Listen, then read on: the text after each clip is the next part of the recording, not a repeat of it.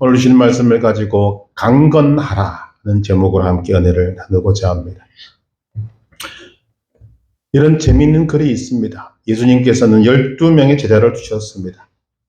그런데 만약 예수님께서 지금 이 시대에 계시다고 가정을 하고 12제자를 예수님이 세우실 하나님 나라의 간부 요원으로 적합한지 경영상담소, 심리상담소 이런 데 의뢰했다고 한다면 과연 어떤 결과가 나왔을 것인가? 12제자의 이름을 이력서와 함께 제출하고 감정을 의뢰했습니다. 심리 테스트를 하고 직업 적성 검사를 하고 여러 가지 검사를 하고 컴퓨터에 딱 집어넣었더니 그 결과가 이렇게 나왔다는 것입니다. 의뢰한 12명에 대하여 다음과 같이 회답합니다. 일반적으로 12명 모두 너무 학력이 낮고 경험이 부족합니다. 그들은 단체 개념이 없고 협조 정신이 약합니다. 경영 관리자로서 적당치 않은 사람들 뿐입니다. 예를 들면 시몬 베드로는 정서가 불안하고 성격이 너무 과격합니다. 안드레는 무능하고 야고보와 요한은 개인적 유익에 급급한 사람들입니다. 도마는 만사를 부정적으로 보고 질문이 많고 추진력이 없습니다. 마태는 로마 사람들에게 세금을 바치는 세리 출신으로 사회로부터 이미 손가락질을 받고 있는 사람입니다. 12명 중에서 굳이 한 사람을 간부로 추천한다면 가장 유력한 자는 가룟 유다입니다. 그는 똑똑하고 예민하고 사교성도 있고 고관들과도 인연도 있고 판단력이 좋습니다. 이 한 사람만이 추천할 만한 사람이라고 생각합니다. 여러분 어떻게 생각하십니까? 아무리 생각해 봐도 12명의 제자는 괜찮은 사람들이 한 사람도 없습니다. 하나같이 신통치 않다는 말입니다. 그러나 이런 사람들이 예수님과 함께 3년 동안 동행하며 예수님과 함께 생활하고 오순절 성령이 임하자 불같은 열정의 사람들이 됩니다.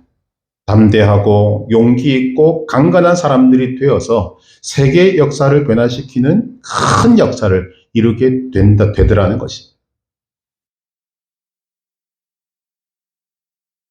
오늘 말씀에 강건하라는 말씀이 있습니다. 이 강건은 육체적 강건을 말하는 것이 아니라 정신적 건강을 말하고 있습니다. 내용으로 보면 정신과 육체를 아울러서 전인적으로 강하라는 말씀이 되는 것입니다. 미국의 잡지인 타임지에 이런 내용이 실린 적이 있습니다. 믿음과 치유. 영적으로 혹은 종교적 신앙에 의해서 치유는 얼마나 가능하냐. 이것을 하버드 대학 의과대학 의사들이 연구해서 그 결론을 내고 타임지에 기고를 한 것입니다. 이런 내용입니다. 미국의 의학계는 지난 100년 동안 언제나 영적 치유에 대해서는 있을 수 없는 일이다 라는 것으로 규정하고 무시해 왔다. 그러나 이제는 그럴 수가 없다. 영적인 치유는 가능하다. 의학적으로 고치지 못하는 병을 영적으로 많이 고칠 수 있다는 것이 과학적으로도 증명이 되었다. 그 때문에 우리는 치유를 새로운 각도로 보아야 한다는 것입니다. 사람이 건강을 잃어버리는 이유가 육체적인 문제뿐만 아니라 영적인 결여에도 있고 정신적인 허약함에도 있게 된다는 것입니다. 그래서 육체가 약해지는 것입니다. 그리고 그 반대도 가능하다는 거죠. 영적인 문제 때문에 육체가 병든다면 또 영적으로 건강해지면 육체의 건강도 이룰 수 있다. 이렇게 그들이 결론을 내린 것입니다. 그 구체적인 내용을 보면 이런 것입니다. 정신건강이라는 것에 대해서 사람들이 이렇게 생각합니다. 물질이 넉넉하면, 돈이 많으면 정신도 강해지지 않겠는가? 너무 가난하고 어려우면 정신도 약해지지 않겠는가? 그러나 사실은 반대라고 말합니다. 물질적으로 여유가 생기면 사람이 느슨해지면서 정신적으로도 약해진다고 합니다. 영적으로는 더더욱 약해진다고 합니다. 오히려 물질적으로 어려울 때 정신력도 강해지고 의지도 강해지는 것을 우리는 얼마든지 볼 수 있게 되는 것입니다. 지식도 마찬가지입니다. 우리는 많이 배우면 용기가 많이 생길 것이다 라고 생각하는 경향이 많습니다. 그런데 공부와 용기는 아무런 상관이 없다라는 것입니다. 오히려 약간 무식할 때, 좀 덜 배웠을 때 용기가 더 있는 것을 보게 됩니다. 왜냐하면 공부를 많이 하면 아는 것이 많기 때문에 생각이 많아지고 생각이 많아지니까 몸이 움직이지 않더라는 것입니다. 즉 지식이 용기를 주는 것은 아니더라. 그래서 대체적으로 세상에서 좀 큰 일을 이룬 사람들을 보면 덜 배운 사람들이 훨씬 많다는 것입니다. 또한 환경에 대해서도 이런 말을 합니다. 환경이 좋으면 사람이 강해질 수 있는가? 이것도 그렇지 않더라는 것입니다. 환경이 좋은 데서 살면 그 사람은 강해지는 것이 아니라 지극히 이기적인 사람이 되더라. 자기밖에 모르는 사람이 되더라는 것입니다. 이유가 뭐냐? 너무 환경이 좋았기 때문입니다. 그러니까 좋은 환경이 사람을 강하게 만드는 것은 아니더라. 또 사회성도 마찬가지입니다. 많은 사람들로부터 지지를 받고 성원을 받으면 그 사람은 강해질 수 있을 것인가? 누군가가 나와 함께 있어야 하고 꼭 동반자가 있어야 하고 위로자가 있어야만 강해지는가? 그렇지 않더라는 것입니다. 사람은 언제 강해지는가? 사람은 오히려 고독할 때 강해진다고 합니다. 사람은 근본적으로 고독한 것입니다. 여러분 옆에 사람이 아프면, 가족이 아프면 고독해집니다. 왜냐하면 해줄 수 있는 게 아무것도 없어요. 그런데 그때가 강해질 때라는 거죠. 아무리 사랑하는 사람과 함께 있어도 실존적으로는 고독한 것입니다. 그 진실한 고독이 사람을 강하게 만든다는 것입니다.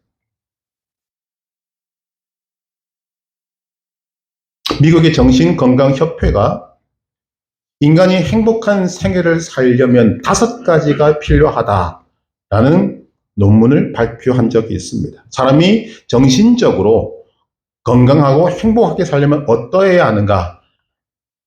첫 번째로 너그러워지라고 말합니다. 너무 까다롭게 살지 말라는 것입니다. 음식도 대충 먹으라고 말하고 너무 깨끗한 것 추구하지 말라고 말합니다. 정신 건강상 좋지 않다는 거죠. 예전에 한 TV 프로그램에서 나왔던 출연자들의 건강 검진을 한 적이 있었습니다. 그런데 지금 제 나이 또래, 이제 50대 후반의 사람들과 40 이전의 사람들의 건강상의 문제가 무엇인가를 보니까 재밌는 일이 있습니다. 50대가 넘어간 사람들의 건강상에는 소위 간염에 대한 좋은 것들이 몸 안에 있더라는 거죠. 이미 간염이 이길 수 있을 만한 것들이 있더라는 것입니다. 그런데 40 이전의 사람들, 그들에게는 그것이 없었습니다. 이유를 뭐라고 밝히는가? 50이 넘은 사람들은 음식을 숟가락을 함께 넣어서 먹었어요. 거기서 막 섞이면서 그 안에서 몸에 좋았던 거 나빴던 거 다 들어오면서 몸이 다 적응을 하고 건강을 유지하는 그런 저항력이 생기게 된 것인데 40 이전의 사람들은 다 분리해서 먹고 깨끗하게 먹고 하다 보니까 그런 것들이 없더라는 거죠. 다들 놀랍니다. 좀 너그러워지라는 거죠. 또한 두 번째는 실제적인 정직함이 있어야 한다고 말합니다. 현실적인 자기 평가가 분명해야 한다는 거죠. 아는 것은 아는 것이고 모르는 것은 모르는 것이다 라는 것을 인정해야 한다는 것입니다. 아는 척하지 말고 없으면 없는 것으로 인정하라는 것입니다. 숨길 필요도 없습니다. 많은 문제가 이 척하는 데 있다는 거죠. 없는 데 있는 척하는 데 문제가 있다는 것입니다. 우리나라는 유교문화 때문인지 뭔지는 이유는 잘 모르겠습니다만 체면이 중요하고 척하는 것이 사실 많습니다. 유럽이나 미국의 해수욕장을 가보면 뚱뚱하든 날씬하든 아무도 상관하지 않습니다. 또 거의 모든 사람들이 다 비키니 수영복을 입습니다. 우리나라 같으면 자신이 뚱뚱하다고 생각하는 사람 비키니 죽어도 안 입습니다. 아니, 그런 사람은 해수욕장 자체를 안 갈 겁니다. 어떤 사람은 다리가 뚱뚱하다고 평생 치마를 안 입는 사람도 있습니다. 그런데 우리나라 사람들이 뚱뚱하다고 하는 것을 외국 사람들이 보면 그냥 웃습니다. 우리나라 사람들이 뚱뚱하면 외국 사람들의 뚱뚱함에 비교가 안 되기 때문에. 그런데도 뚱뚱하다고 난립니다. 다이어트 한다고 난립니다. 우리는 다른 사람에게 뿐만 아니라 자기 자신에 대해서도 정직하게 살아야 한다고 말합니다. 롱다리는 롱다리대로 살고 숏다리는 숏다리대로 살고 날씬하면 날씬한 대로 뚱뚱하면 뚱뚱한 대로 건강을 잃어버리지 않은 한도 내에서 열심히 정직하게 살아가면 되는 것입니다. 세 번째로 정신건강협회에서 뭐라고 말하는가? 스스로의 긍지를 가지는 사람이 건강하다. 누가 뭐래도 나는 나다라는 것을 인식하고 살라는 것입니다. 다른 사람의 시선, 다른 사람의 평가에 인생을 좌지우지 당하지 말라는 것입니다. 우리나라 사람들은 젊어 보인다는 말을 참 좋아하는 것 같습니다. 그리고 젊어 보이려고 애를 씁니다. 여러분, 젊어 보이는 것과 젊은 것은 다른 것입니다. 이것을 인정하는 것이 굉장히 중요합니다. 성경은 우리에게 뭐라고 말합니까? 잠언 16장 31절 백발은 영화의 면류관이라 공의로운 길에서 얻으리라. 백발 인정하라는 것입니다. 인생의 그 걸어왔던 길 속에서 얻어지는 영화로운 면류관이다. 인정하라는 것입니다. 잠언 20장 29절 젊은 자의 영화는 그의 힘이요 늙은 자의 아름다움은 백발이니라. 백발을 아름답게 여기는 것, 그것이 하나님이 우리에게 주신 믿음의 세계인 것입니다. 젊으면 젊은 대로, 늙으면 늙은 대로 나대로의 긍지를 가지고 살라. 나대로의 스스로의 긍지를 가지고 사는 것이 건강한 것이다 라고 말합니다. 또한 네 번째로 밝히는 것은 최선을 다하고 그것에 만족하라는 것입니다. 여러분, 우리가 인생을 사는 가운데 후회를 얼마나 많이 합니까? 그러니까 여러분, 그 후회의 실체를 들여다 보면 우리가 무언가를 못했기 때문에 실패했기 때문에 후회하는 것이 아닙니다. 우리가 후회하는 것은 최선을 다하지 않았기 때문에 후회합니다. 우리가 실패 자체 때문에 괴로워하는 것이 아니라 내가 그 일을 위해서 최선을 다하지 못했다는 것 때문에 괴로운 거죠. 정말 최선을 다했다면 그 결과는 우리가 움직일 수 있는 것이 아닙니다. 정말 최선을 다했다면 후회할 것도 없고 괴로워할 것도 없는 것입니다. 문제가 바로 거기에 있는 거죠. 최선을 다했느냐, 그렇지 못했느냐. 최선을 다했다면 그 결과를 받아들이고 만족하라. 그것이 건강한 것이다. 마지막 다섯 번째로 뭐라고 말하는가 하면 모든 일에 즐거워할 줄 알아야 한다고 말합니다. 우리는 잠을 잘 수밖에 없는 사람들입니다. 그런데 내가 어디 누워서 자느냐가 중요한 것이 아닙니다. 침대에서 자든 바닥에서 자든 풀밭에서 자든 잠을 달게 잘 수 있으면 되는 것입니다. 무엇을 먹었느냐, 요즘 사람들 참 이거 중요시 여기지만 무엇을 먹었느냐가 중요한 것이 아니라 얼마나 맛있게 먹었느냐가 중요한 것입니다. 어떤 사람은 김치 하나만 넣고도 정말 황제처럼 먹습니다. 어떤 사람은 진수성찬을 차려줘도 깨작깨작거립니다. 뭐가 중요하냐는 거지. 어디에서 무엇을 하며 살든지 하나님은 우리에게도 즐거워하라고 말씀하십니다. 범사에 감사하라고 말씀하십니다. 젊으면 젊은 대로 즐거워하고 늙으면 늙은 대로 즐거워하고 가난하면 가난한 대로 즐거워하고 부하면 부한 대로 즐거워하며 살라는 것입니다. 그리고 지나간 세월에 대해서도 아쉬워할 것 하나도 없습니다. 과거는 돌이킬 수 없는 것입니다. 또 다른 사람들을 바라보면서 부러워할 것도 없습니다. 우리는 죽었다 깨나도 그 사람의 삶을 살지 못합니다. 나의 삶을 살 수밖에 없습니다. 그렇다면 내게 주어진 삶, 내가 살아왔던 삶을 아름답게 생각하고 그것을 즐길 줄 아는 사람, 바울이 말한 대로 나는 모든 것에 지족하는 마음을 가졌다. 그런 사람이 행복하고 건강한 것입니다.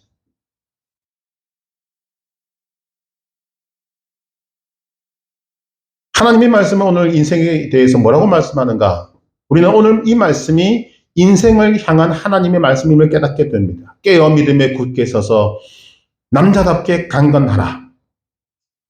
여러분, 이 말씀을 그냥 우리에게 도덕적 권면으로 주어진 것이 아니라는 것을 우리는 분명히 알아야 합니다. 오늘 이 말씀이 주어지는 것은 명령형으로 주어지고 있습니다. 거룩한 전쟁터에서 살아가는 하나님 나라 군사들인 여러분들에게 하나님께서 명령으로 주신 것입니다. 너희는 인생을 이렇게 살아야 한다. 깨어 믿음에 굳게 서서 남자답게 강건하라. 오늘 우리의 삶을 어떻게 살아야 되겠습니까? 오늘 말씀은 세 가지로 말합니다. 첫째, 깨어 있으라고 말합니다. 영적으로 긴장하며 깨어서 분별하며 살라는 말씀입니다. 성경은 오늘 우리에게 자주 말합니다. 너희는 깨어 있으라. 성경이 말하는 깨어 있으라는 것은 단순히 잠을 자지 않은 상태가 아닙니다. 영적으로 민감하고 분별력 있게 살라는 말씀입니다. 예수님께서 십자가를 지시기 전 겟세마네 동산에서 기도하실 때 잠들어 있는 제자들에게 뭐라고 말씀하십니까? 너희가 시험에 들지 않게 깨어 기도하라. 우리가 계속해서 이렇게 깨어 있어야 될 이유가 무엇인가 하면 우리에게는 내가 알지 못하는 사이에 위급한 상황이 찾아오기 때문입니다. 내가 감당하지 못할 시험이 다가오기 때문입니다. 성경에서 깨어 있으라는 말은 언제나 기도와 연결되어 있는 것을 알게 됩니다. 깨어 있는 것은 기도하는 것과 밀접한 관계가 있습니다. 우리가 영적으로 깨어 있지 않으면 사탄은 우리를 집어삼킵니다. 여러분, 오늘날은 진리와 거짓이 교묘히 뒤섞여 있는 사회입니다. 시대입니다. 세속주의, 쾌락주의, 인본주의가 교회 안에도 깊숙이 들어와 있습니다. 이럴 때 우리에게 필요한 것이 무엇인가? 깨어있는 것입니다. 여러분, 깨어 있으십니까? 분별되십니까? 지금 우리나라에 일어나고 있는 정치적인 상황이라든지 경제적인 상황이라든지 여러분 삶에 일어난 여러 가지 문제들, 여러분 그 속에서 무엇이 참이고 진리인지 여러분 구별하고 계십니까?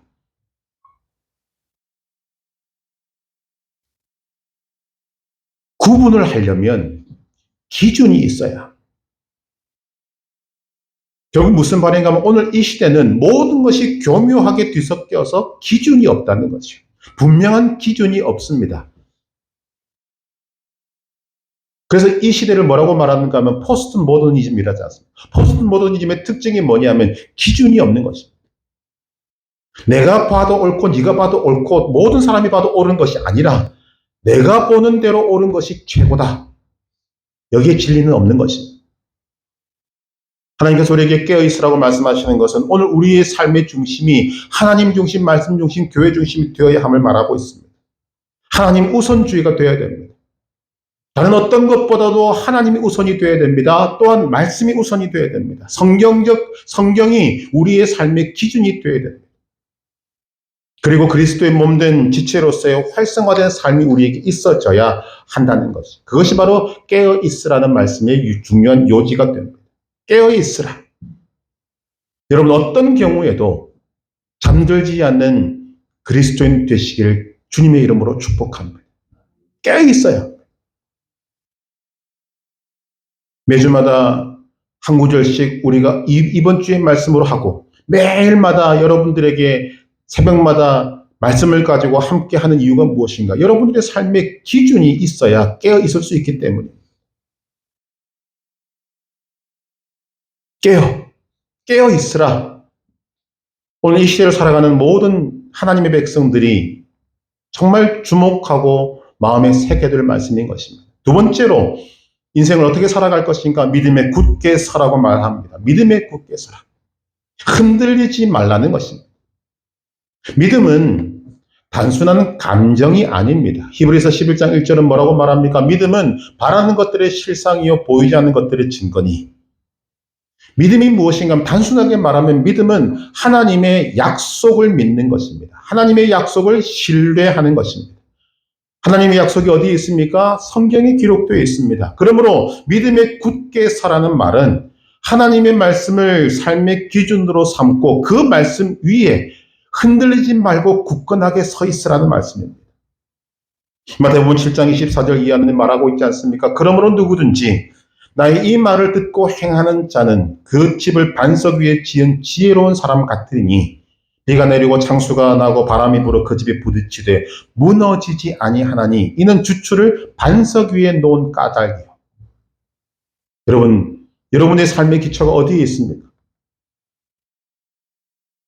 하나님의 말씀 위에 확고히 서 있으면 우리는 세상이 어떻게 바뀌어도 그 위에서 강건할 수 있습니다. 흔들리지 않을 수 있습니다.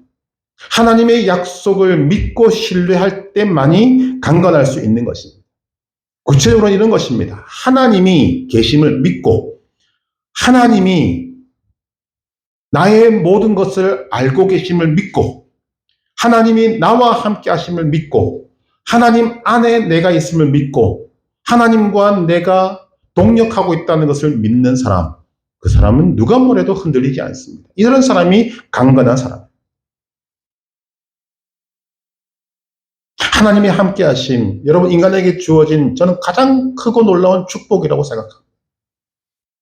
마틴 루터가 종교개혁을 할 때 모든 사람들이 반대했고 모든 사람들이 적이었어요. 루터의 친구들이 이 사실을 알고 안타까워서 루터에게 말합니다. 너도 알지 않느냐? 모두가 반대한다. 모두가 적이다.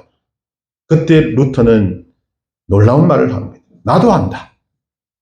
내 주변의 모든 사람들이 반대하고 모두가 적인 것을 안다. 그러나 내가 분명히 아는 것이 또 하나 있다. 나는 하나님께서 내 편이심을 안다. 이 믿음으로 그는 종교개혁을 끝까지 해낼 수 있었다는 것입니다.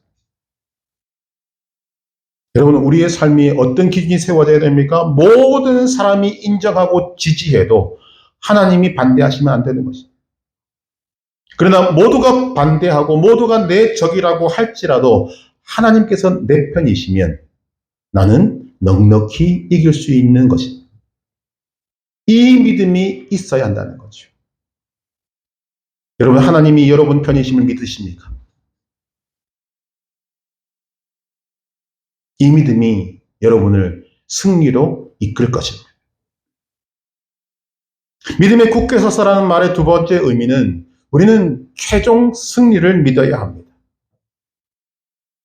우리에게는 오늘이 중요할 것 같습니다만 아닙니다. 우리에게 중요한 것은 나의 마지막이 어떻게 끝날 것인가, 이것이 중요한 것입니다. 세상 사람들도 인생이라는 것에 대해서 알고 말하는 것이 있습니다. 인생은 나그네 길이라는 것입니다.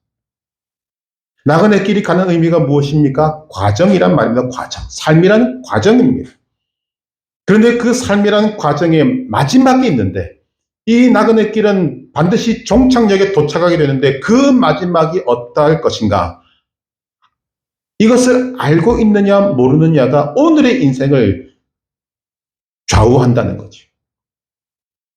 인생의 마지막이 승리로 끝난다는 것을 아는 사람은 오늘 강건할 수 있습니다.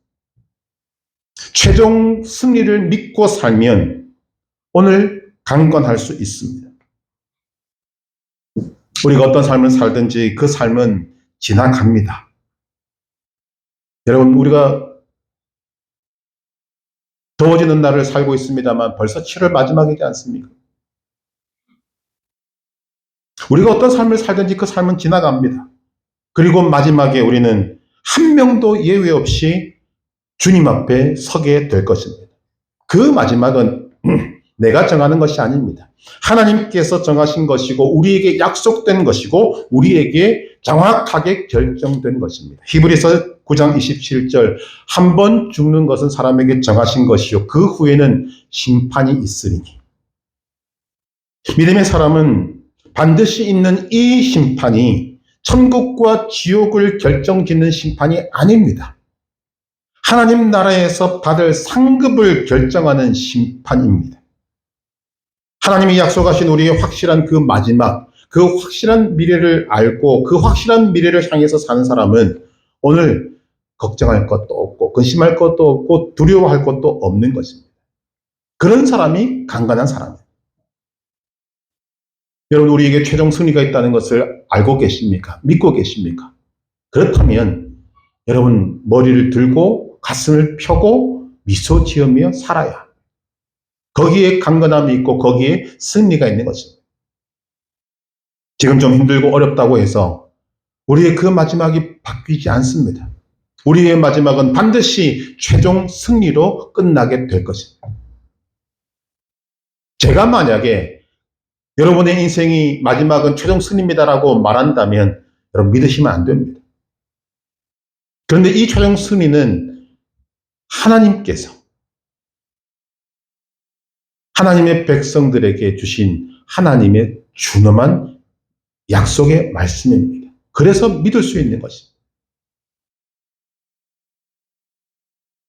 또한 믿음의 굳게 서라는 말은 합력하여 선을 이루는 그 놀라운 섭리 속에 있는 오늘 현실을 믿어야 한다고 말합니다. 로마서 8장 28절 우리가 알거니와 하나님을 사랑하는 자 곧 그의 뜻대로 부르심을 입은 자들에게는 모든 것이 합력하여 선을 이루느니라. 우리가 무슨 일을 만나든 어떤 사람을 만나든 인간의 생사고락 즉 모든 일들이 지금 선을 이루는 길로 가고 있습니다.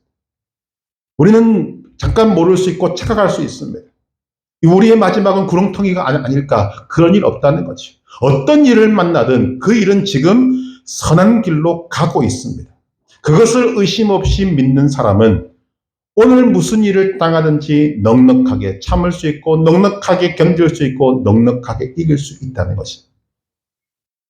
고린도전서 14장 7절에 뭐라고 말합니까? 모든 것을 참으며 모든 것을 믿으며 모든 것을 바라며 모든 것을 견디느니라.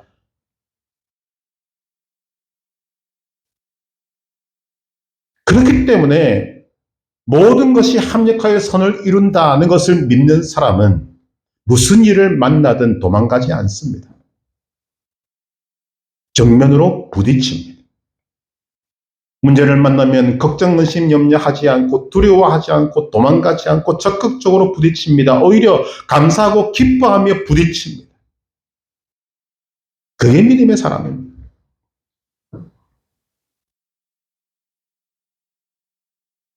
사운드 오브 뮤직이라는 오래된 영화가 있습니다. 저는 아마 굉장히 많이 봤다고 생각하는데 그 주인공인 마리아가 걱정, 근심, 염려하고 있을 때 그 수녀원 원장이 마리아를 위로하는 노래가 있습니다. 그 중에 가사를 보면 이런 가사가 나옵니다. 산이 보이거든 올라가라. 시내가 보이거든 건너가라. 무지개가 보이거든 쫓아가라. 네 꿈을 찾을 때까지. 의미 있는 내용이지 않습니까? 여러분, 세상 사람들은 홍해 같은 바다를 만나면 도망갈 생각부터 합니다. 이스라엘 백성들이 그랬지 않습니까? 홍해를 만나니까 끝! 이랬습니다.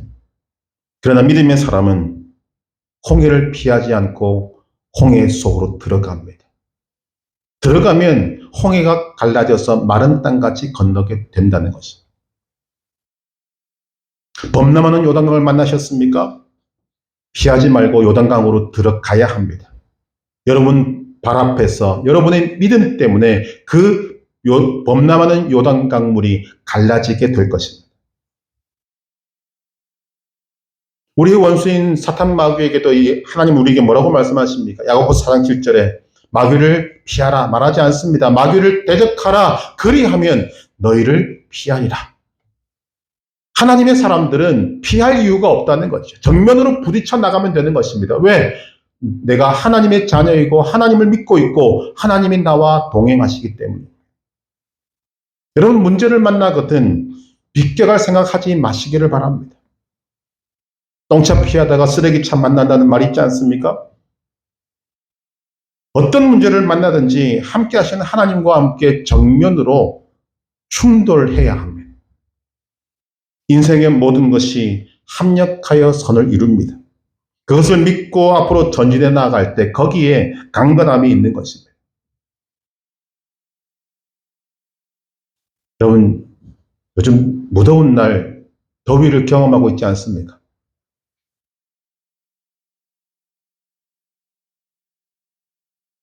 여러분 어떻게 이겨오 계십니까? 더운 것 때문에 여러분 혹시라도 불평하신 적이 있으십니까? 더위는 우리가 불평할 거리가 못 됩니다. 더위는 적극적으로 부딪혀서 이기면 되는 것입니다. 저는 거기서도 하나님의 마음을 이해할 수 있습니다.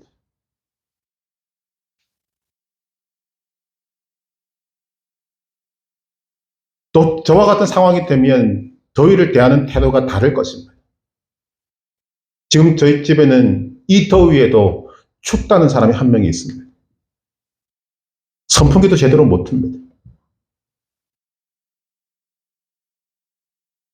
그런데 감사한 것은 이 더위에 대해서 제 마음속에 불평불만이 1도 없다는 것입니다.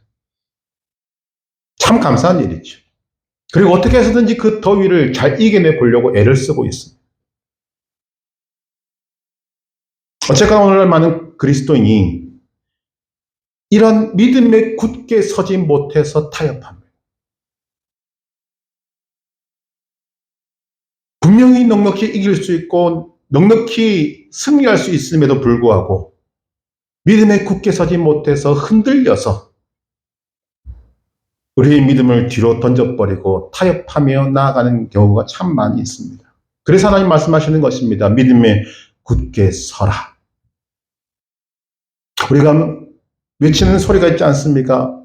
오직 십자가로, 오직 성령으로, 오직 믿음으로. 그 내용이 사실은 종교개혁의 5가지 큰 주제입니다. 오직 성경, 오직 믿음, 오직 그리스도, 오직 은혜, 오직 하나님께 영광.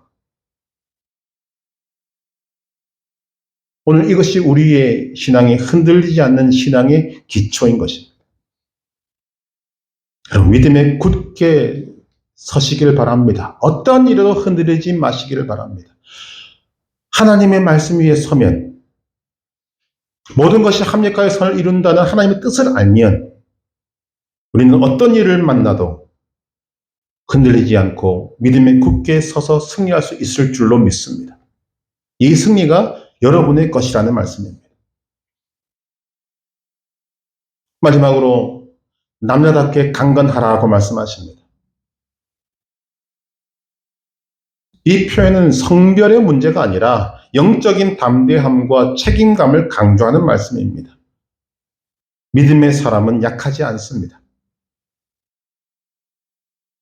하나님께서는 모세의 뒤를 이어서 이스라엘의 2대의 지도자가 되어서 가나안 입성을 앞에 두고 큰 부담감을 가지고 있는 여호수아에게 말씀하십니다. 여호수아 1장 9절 내가 네게 명령한 것이 아니냐. 여기도 명령입니다.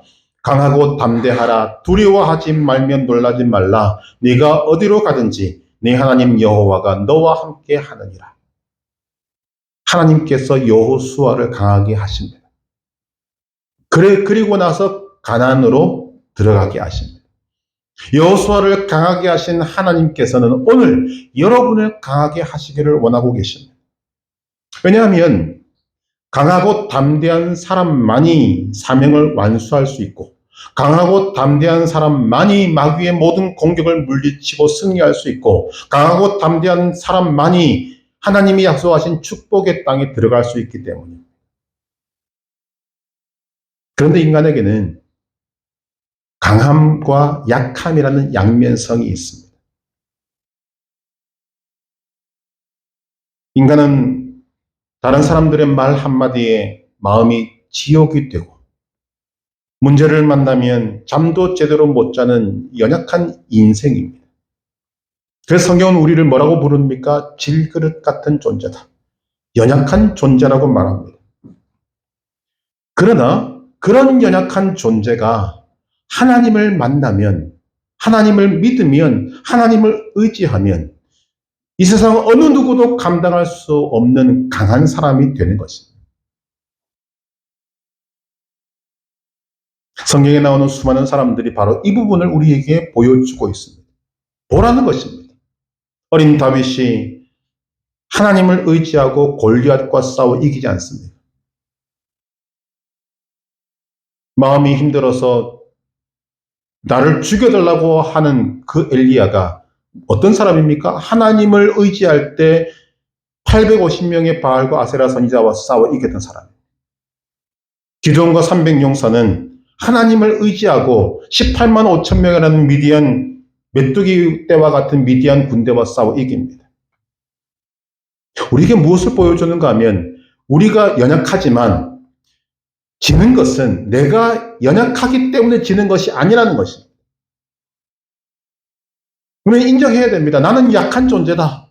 그러나 그 연약한 존재가 하나님을 의지하지 않기 때문에 지는 것입니다. 오늘 여러분이 이 세상에서 지는 이유가 무엇인가? 여러분이 강하면 이기는 것이 아닙니다. 인간은 다 약합니다. 강하다고 하지만 약한 것입니다. 그러나 하나님을 의지하면 이기고 하나님을 의지하지 않으면 지는 것입니다.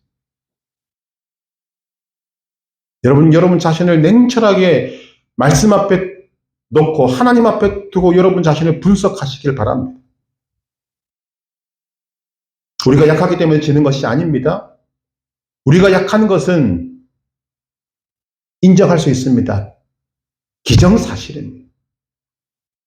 우리가 지는 것은 그 연약함에도 불구하고 하나님을 의지하지 않기 때문에 지는 것입니다. 연약한 인생이 하나님을 만나면 이기는 인생이 되는 것입니다. 하나님 우리에게 지금 그것을 말씀하시는 것입니다. 깨어 믿음에 굳게 서서 남자답게 강건하라. 결론은 무엇인가? 하나님을 의지하라. 스탠리 존스라는 선교사가 있습니다. 미국이 인도에 파송했던 선교사입니다. 인도의 성자라고 불립니다. 그는 50년 넘게 인도에서 사역을 하고 평생에 6만 번이 넘는 설교를 했던 사람입니다. 그가 87세 때 뇌졸중으로 쓰러져서 반신불수가 됩니다. 그래서 사람들이 그를 미국으로 강제로 데려와서 보스턴에 있는 병원에 입원을 시킵니다. 그런데 이 스탠리 존스 선교사의 마음속에는 인도밖에 없어요.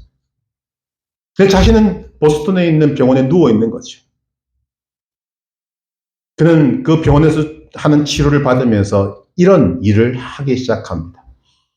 의사 선생님을 만날 때마다 요청합니다. 선생님, 치료하시면서 나에게 이렇게 말해 주십시오. 주 예수 그리스도의 이름으로 명하노니 걸으라.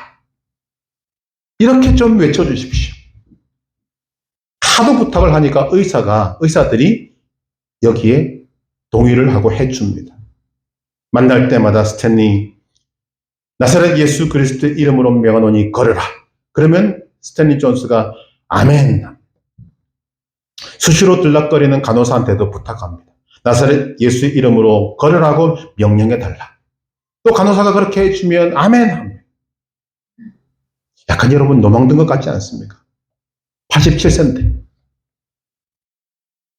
그런데 놀랍게도 쓰러진 지 6개월 만에 병상에서 일어납니다. 그리고 다시 인도로 갑니다.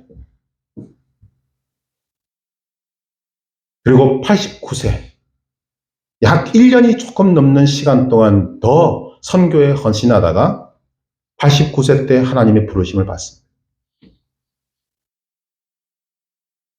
강건한 사람이죠.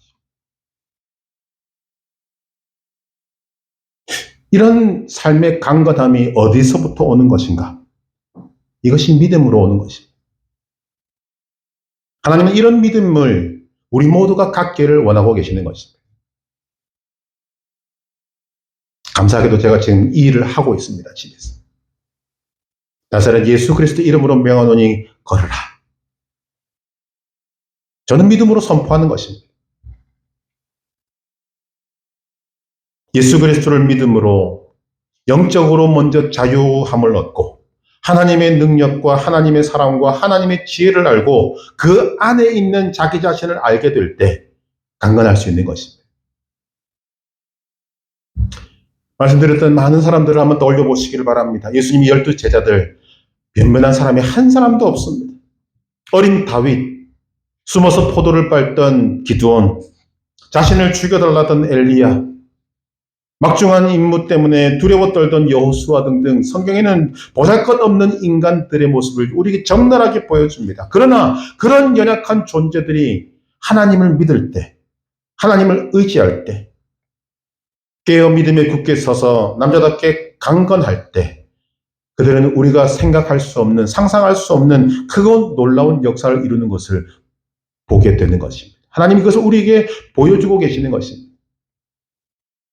그리고 성경이 이렇게 말합니다. 야고보서 5장 17절 이하, 엘리야는 우리와 성정이 같은 사람이로되 그가 비가 오지 않기를 간절히 기도한즉 3년 6개월 동안 땅에 비가 오지 아니하고 다시 기도하니 하늘이 비를 주고 땅이 열매를 맺었느니라.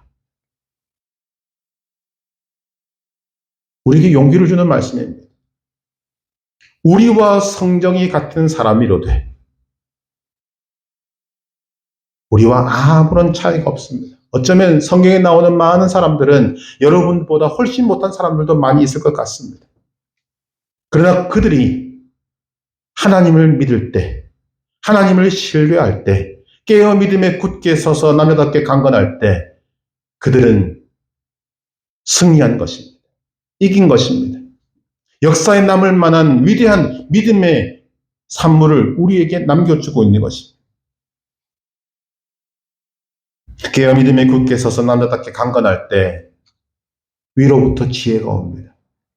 위로부터 하나님의 능력과 하나님의 사랑이 우리에게 임하게 됩니다.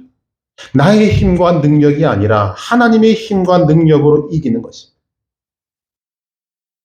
믿음의 사람들과 성경이 같은 여러분도 깨어 믿음에 굳게 서서 남자답게 강건하여 승리의 생활을 하시기를 바랍니다.